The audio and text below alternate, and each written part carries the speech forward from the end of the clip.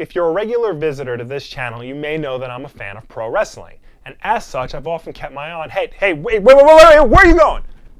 I promise this involves comics. See, over the years, the WWE has teamed with many publishers to put out comics based on their company and their wrestlers. Now, this makes sense. Wrestlers have larger-than-life personas, so what better medium for them than comic books? But the results haven't always been great. At best, you'll get something like WWE Superstars from paper cuts. It's goofy fun, but that novelty can wear off pretty quickly. And at worst, you can get something like the Ultimate Warriors comic, which is notoriously garbage. Boom Studios currently has the license to do WWE comics. In December, they put out a one-shot, WWE Then Now Forever, which serves as the prequel to their ongoing series which debuted last week. And it's actually doing something pretty interesting. It's not trying to be its own thing like previous books. It's trying to be canon with what you see on TV. Professional wrestling has a lot of terms that both fans and insiders use when talking about certain elements of the sport. For this video, you're going to need to know one of those terms. And that word, ladies and gentlemen, is kayfabe. Kayfabe, per the Pro Wrestling Wikipedia, is the portrayal of events within the wrestling industry as real. That is the portrayal of professional wrestling not as staged.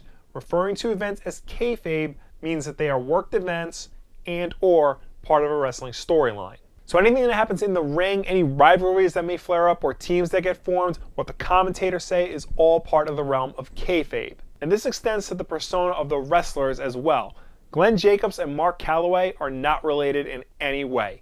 But in kayfabe, they are Kane and the Undertaker, brothers related by blood who also have supernatural abilities.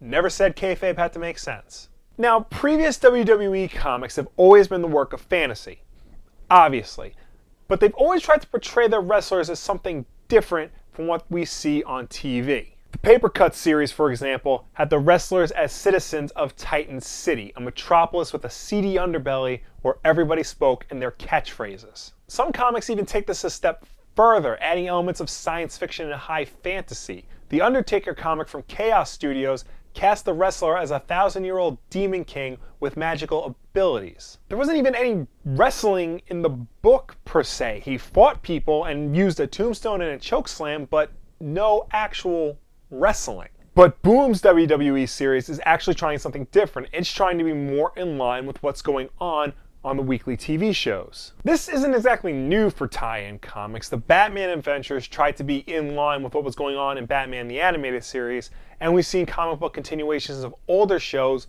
like Buffy the Vampire Slayer and Smallville. But this is new for World Wrestling Entertainment. Pretty much the mantra is if it doesn't happen on television, be it Raw or Smackdown or a pay-per-view, then it doesn't happen. Maybe if a title changes at a house show that is a live event that isn't televised, maybe they'll address it, but that rarely occurs. But this comic is adding more background and context to what we're seeing on Raw and SmackDown, which is good, because if you know anything about those two shows, you know the writing isn't exactly Emmy-worthy.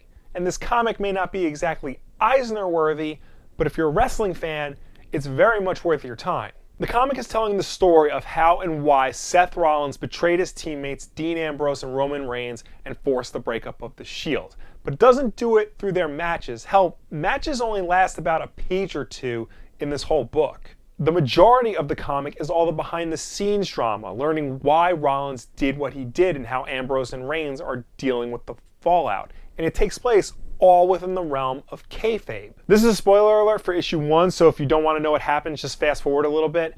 But in the comic, it explains why Seth Rollins cashed in his Money in the Bank briefcase at WrestleMania 31. He believed that now was his time to be on top, and with a little coaching from Shawn Michaels, he picked WrestleMania 31, the main event of it, to cash in and become champion. That story is not how it happened in real life. Seth Rollins cashed in at WrestleMania 31 because the original planned winner, Roman Reigns, was universally hated by everybody. So upper management decided to throw Rollins in there as a curveball and to keep the fans excited and not feel like the show was a waste. Everybody knows that professional wrestling is scripted and pre-planned. Yes, that includes the people who watch it regularly, but that's not why people watch it. They watch it because when wrestling is at its best, a fan can suspend his or her disbelief and find the matches and promos that are going on to be very exciting. Because yes, there is something exciting to seeing two live people punch each other, or throw each other through tables, or hit each other with steel chairs,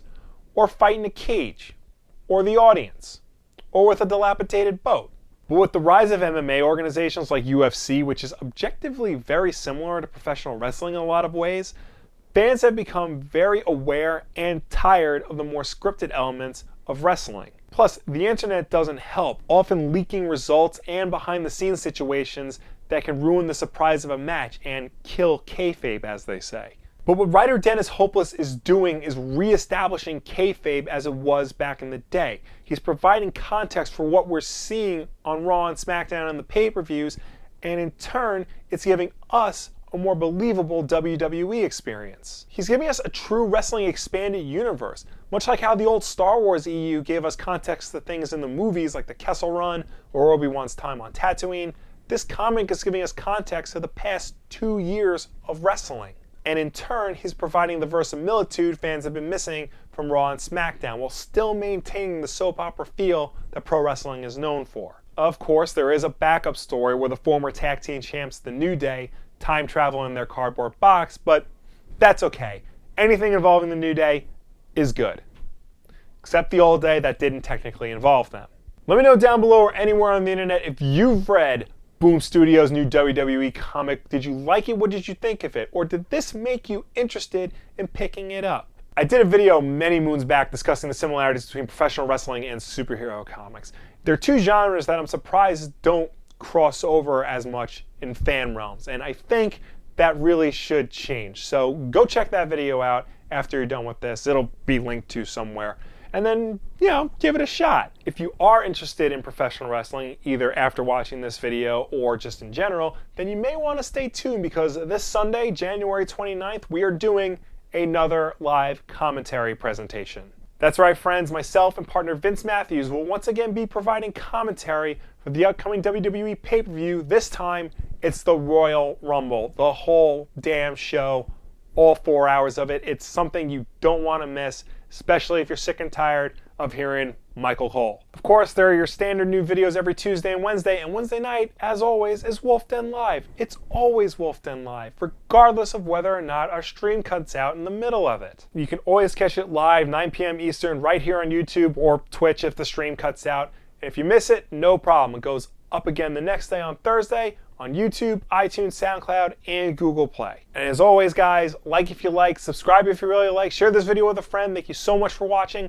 I hope to see you this Sunday.